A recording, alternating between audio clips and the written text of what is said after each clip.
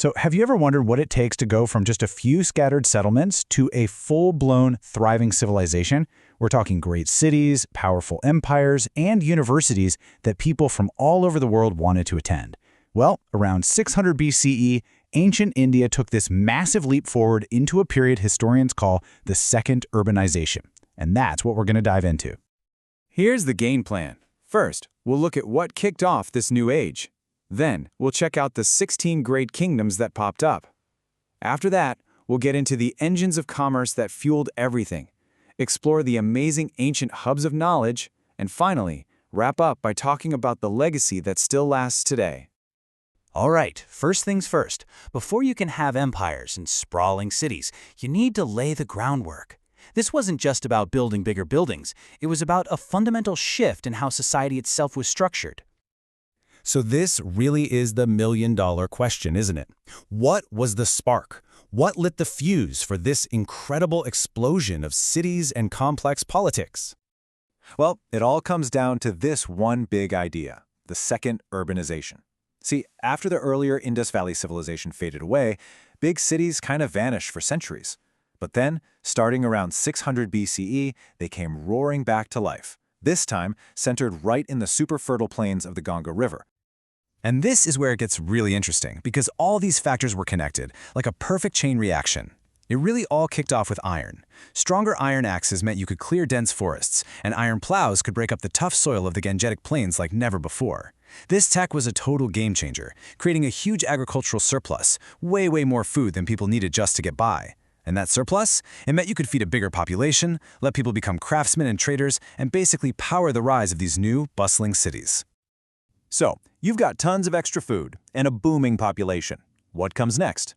Well, now society can support something much bigger, large, organized, and really powerful states. This completely changed the political map of the region. Believe it or not, we actually have ancient texts, like a Buddhist scripture called the Anguttara Nikaya, that give us a kind of political map of the time. They tell us about 16 major kingdoms and republics that dominated northern India, and these were known as the Mahajanapadas, which basically means the Great Realms. Now, we're not going to list all 16, but let's talk about some of the heavy hitters. You had Magadha sitting right in that fertile heartland. It was the clear empire builder in the making. Then there was Gandhara, way out west, a cosmopolitan gateway that connected India to Central Asia. And you can't forget Avanti, a commercial powerhouse that got rich off its iron ore deposits, the very same resource that kicked this whole thing off. And while lots of kingdoms were on the rise, one just shot past all the others, Magadha. Seriously, it had the perfect recipe for success. Amazing farmland for food, forests packed with timber and elephants for its army, and local iron for weapons. With that killer combo, it's no surprise that its ambitious rulers started conquering their neighbors, eventually building the very first true empire on Indian soil. But hang on, empires and cities don't just run on food, they cost a lot of money. So where did all the wealth come from? What was fueling this economic engine? Well, the answer is trade, and on a scale nobody had ever seen before. Check this out.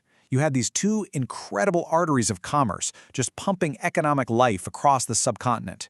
The Uttarapatha, or the Northern Highway, was this grand east-west superhighway, bringing in things like prized horses from Central Asia.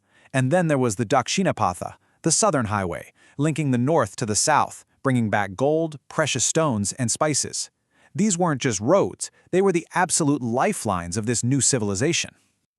All of this trade created a ton of wealth, and with that money came new, powerful social classes. You had the Shreshtis. Think of them as the CEOs of their day. They were the heads of merchant guilds, they were financiers, and they led these massive trading caravans. Then you had the Gehapatis, the wealthy landowners who controlled the farms and workshops, producing all the stuff that was the foundation of this whole new economy. You know, all this prosperity didn't just create wealth. It created a fertile ground for ideas. All of a sudden, you had the money and stability to support these legendary centers of learning, places that became magnets for scholars from all across the ancient world. So this wasn't just about getting rich, it was about getting smart. Those same trade routes that carried silk and spices also carried new ideas, new philosophies, and students hungry for knowledge. It created this amazing, vibrant atmosphere for learning and debate.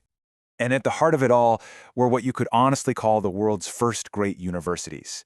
Takshila was famous for subjects like politics and medicine, and it's where brilliant minds like Panini, the great grammarian, and Kautilya, the political strategist, studied.